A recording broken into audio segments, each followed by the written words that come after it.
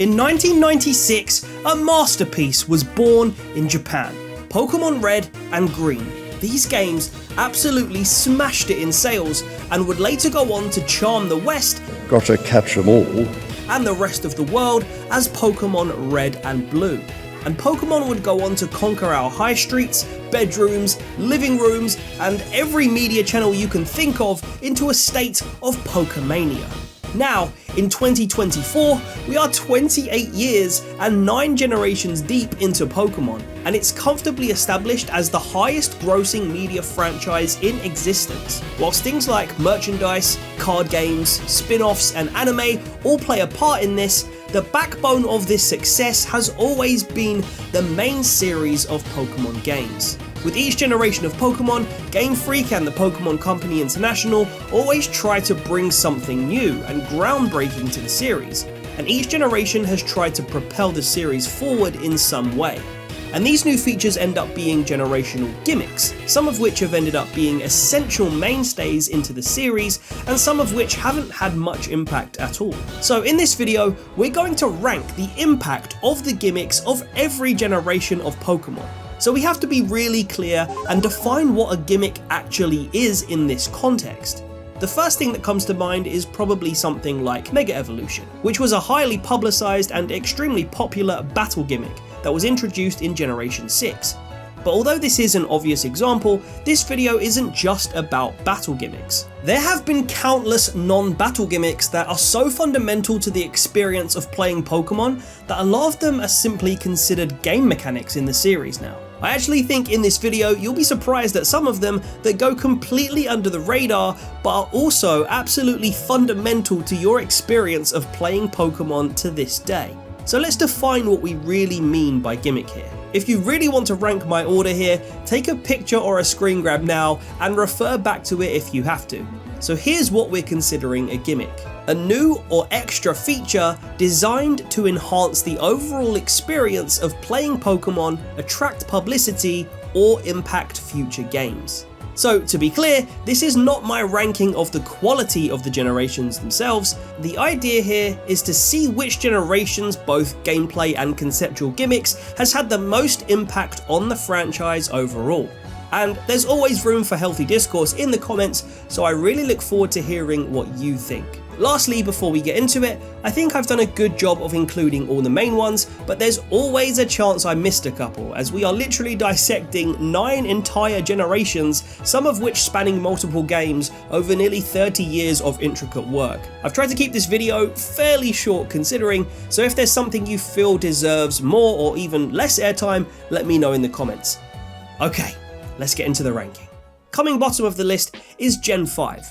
By no means is this my least favourite generation. This game did a fantastic job with the story, the music, the emotion,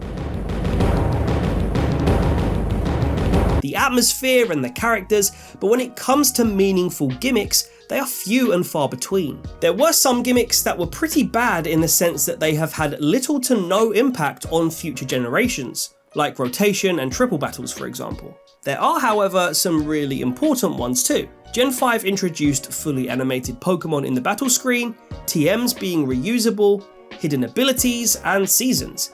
And they're all pretty cool, but they're all essentially expansions of previously introduced gimmicks. And really that's about it. Gen 5 changed up the recycled storylines a bit, and at a stretch, you could also say that Gen 5 pioneered the creation of regions that are not based in Japan. To a lesser extent, you could say that Gen 5 pioneered direct sequels set in the same region, though Gen 2 kind of did this first. And these are all neat, but really, compared to other generations, there just weren't that many gimmicks. Gen 5 spent far more time perfecting the execution of Pokemon on the Nintendo DS and giving us a masterpiece game without changing up the formula all that much. As with some other gens on this list, Gen 5 also suffers from being one of those generations that didn't have prequels or remakes of older gens, and therefore had less of an opportunity to add new features, though it did have sequels which were great games, but still didn't advance the series that much with its gimmicks. I suppose it's worth mentioning here that additions like Dream Balls and certain new items are way too micro to factor in. Every gen includes new items, so unless something has high or at least notable impact, we can't include it as a gimmick. So there we go.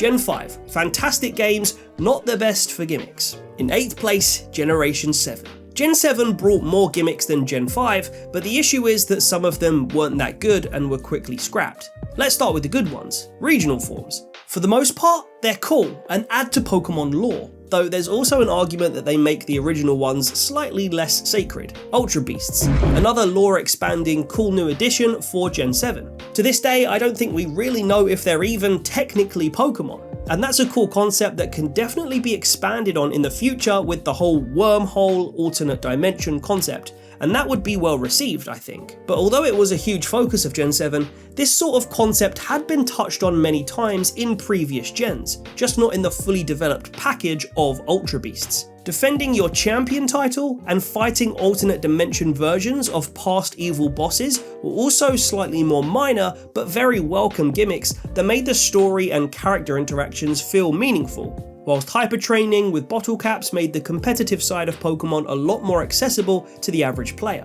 Riding Pokemon is another one that was basically just a modernized hybrid of HMs and the bike, which is a cool visual one in both Alola and in Let's Go. Terrains have stuck around thus far, which add another strategic layer to battling, but then we get to those more forgettable ones. Z-moves were somewhat fun to use in game and during Wi-Fi battling. They weren't the best gimmick ever, but they did change the dynamic of battling and they looked cool, and for Gen 7 alone, they worked. But that's the issue, I think. Compared to other generations, Gen 7 had too many gimmicks where everyone's pretty happy to leave them in Gen 7. Mantine surfing, Festival Plaza, wormhole riding, roto powers, the Go catching system in Let's Go, and of course the fact that we had Kahunas, Totem Pokemon, and Trials instead of the traditional gyms in a main series game. It's like, okay, do your thing Gen 7, I'm here for it, you're totally unique, and if we revisit Alola in the future, I'm down to see all of this stuff expanded on, but can I have the traditional stuff back now please? In 7th place, Generation 9.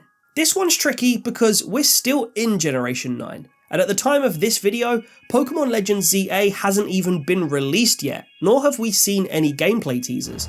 So I'm essentially working off half a generation here. If I could make a quick prediction about ZA, I think we're going to see Battle Bond as a gimmick alongside the return of Megas, something that stretches beyond just Ash Greninja.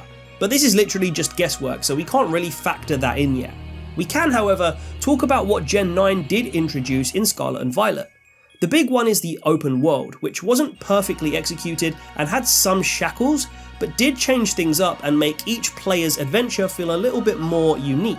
Even that though was kind of done with the wild area in Gen 8 and Legends Arceus first.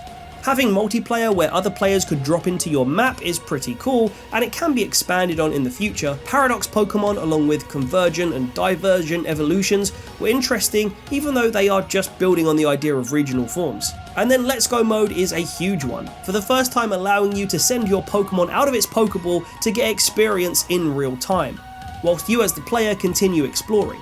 That's the kind of thing that OG Gen 1 players dreamed of back in the day when Pokemon was just a top-down tile-based game on handheld systems, with anime as the only way to visualize it in any real 3D way. The Synchro Machine is something that I believe was an experiment to fully integrate the idea of controlling both humans and Pokemon in future titles. And that one could be one of the biggest developments the series has ever seen, but it's hard to gauge its impact just yet. Terastallizing is the fourth in a series of glossy battle mechanics that have been established since the trend began with Mega Evolution in Gen 6. Or the fifth if you include battle styles. And I'd say it's probably the second best of the bunch, after Mega Evolution. Adding a third type can get a little confusing mechanically, but can really change the tide of a battle and help trainers pack unique surprises. And for all the visual criticisms I have of Scarlet and Violet, Terras look pretty cool, and also gave us the Stellar type, which is sort of just a glorified ability, but still a nice idea.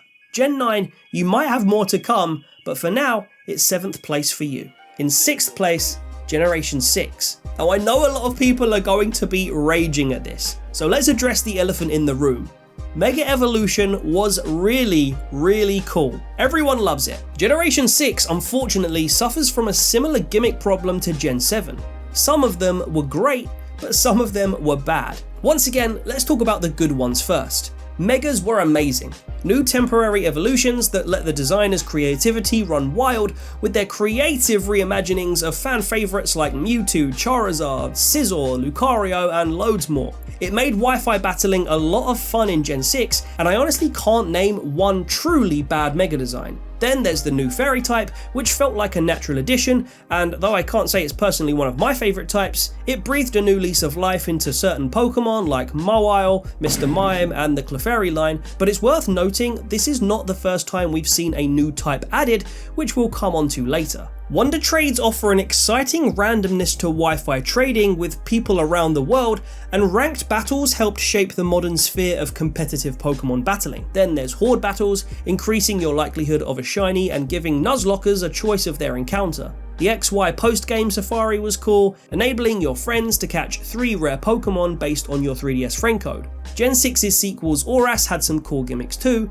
like flying around Hoenn on Latios or Latias, and the Dex Nav, which meant you could effectively 100% each route or area by catching all of its Pokemon and shiny hunting. Gen 6 also enabled us to have another starter from a different region in our team for the main story. Then we move on to the more meh ones. Experience share changed from a held item to an on-off switch, affecting your whole party. This is one you can spin either way. Yes, it makes things more convenient and easy, but training and evolving your Pokemon becomes less rewarding. I don't love that, for example, my Combusken can evolve into Blaziken after a battle it didn't even fight in. My first playthrough of X and Y became very easy because I didn't fully understand yet that having the experience share on was basically playing on easy mode, and this is something that's still massively felt by Pokemon players who are seeking more of a challenge or even just more control. The same can be said for the bonus you get when your Pokemon love you a lot. In Pokemon Ami, you can pet your Pokemon and give them treats, and evolve Eevee into Sylveon, the new Fairy type evolution. When they reach the maximum amount of love,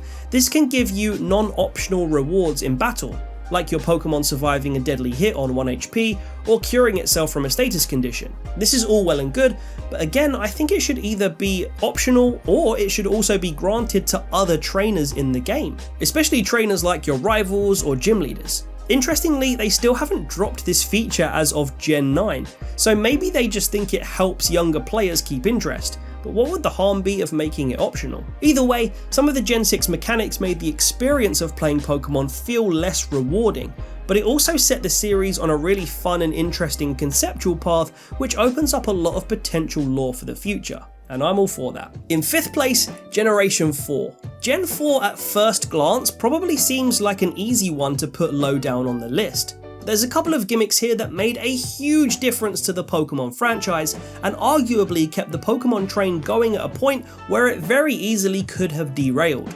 Largely helped by the general advancement of technology in society and the mainstream emergence of the internet, Gen 4 was the first game to introduce Wi-Fi capabilities and get so much out of it. Wi-Fi battling and trading was a gimmick that absolutely boomed at this time, and alongside the emergence of the internet and online walkthroughs, this was a time when a lot of players really discovered the mechanics behind the competitive side of Pokemon, like EV training and breeding. Add the first iteration of the GTS to this, and you've got one of the most well-made gimmicks from any Pokemon game. I could now go home from school and literally battle and trade with my friends from my house to theirs wirelessly. At the time, this was absolutely huge, and Wi-Fi battling and trading have served as an integral part of Pokemon and the longevity of the competitive game. The Underground was really neat and now serves as a key identifying feature when thinking about Gen 4, and the already cool concept was improved upon really well in the recent remakes. With Gen 4, you also have one of the best Pokemon remakes of all time, Heart Gold and Soul Silver, which to this day are considered the pinnacle of Pokemon by many, both critically and within the fanbase. One of the key features of Heart Gold and Soul Silver was the fact that all Pokemon could follow you. To this day, they've not managed to do a better job than they did with Pokemon following you in this game. The Pal Park was kind of a new gimmick here, and to this day enables you to transfer Pokemon from your GBA games all the way up to your Switch. Gen 4 also pioneered area-based evolutions, and Pokemon seals were really fun to use and gave meaning to Unknown. But the final key one here is the Poké Radar, and how this revolutionized the concept of shiny hunting, something that people are still obsessed with to this day.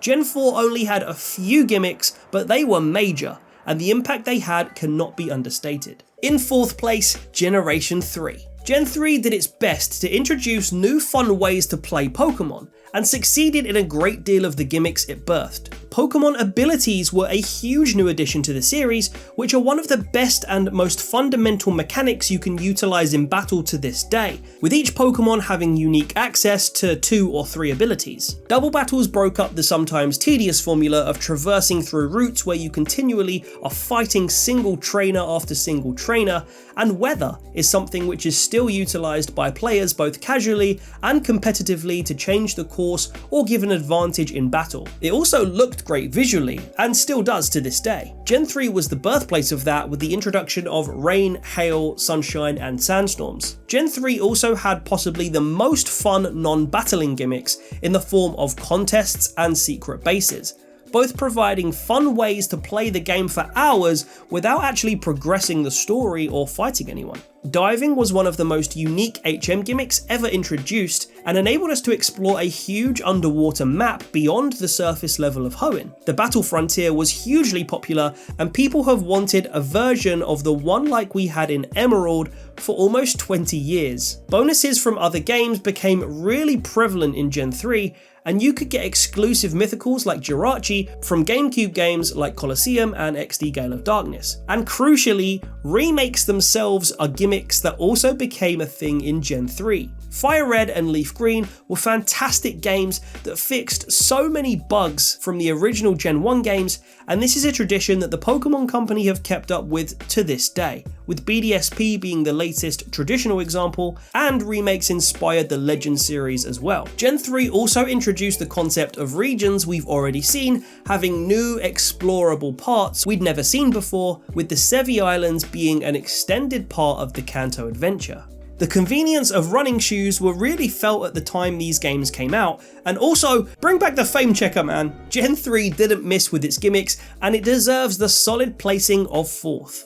In 3rd place, Generation 8. We were coming to the end of Gen 8 when I first came up with the idea for this video, and it may actually surprise people how many fantastic gimmicks Gen 8 has introduced into the Pokemon series, a lot of which will be felt more in years to come. The obvious one to talk about is the battle gimmick, Dynamaxing and Gigantamaxing, which weren't quite as well received as Megas, but probably better received than Z-moves. We got cool new forms and epic visual moments in battles that could change the course of the fight, and also looked really good in Galar's gym stadiums. The wild area was the first time Pokemon have ever introduced an enormous explorable expanse with wild Pokemon literally roaming free. DLC was also a gimmick which ended up working well. Sure, some people resent paying extra for what they perceive to be the rest of the game, but the DLCs deliver more content than any post-game ever has, bar maybe Gen 2. So I'm giving Pokemon merit here for trying it out and actually delivering some really solid new content in the Sword and Shield game cycle, enabling another round of hype and build up throughout a game cycle, even if it is just a rebranded, slightly more elaborate version of post-game content like the Delta episode. The TR-TM split was a neat idea to recapture the tradition of TMs breaking and being one use, but that one's perhaps controversial. And the new Gym Challenge format in the Galar region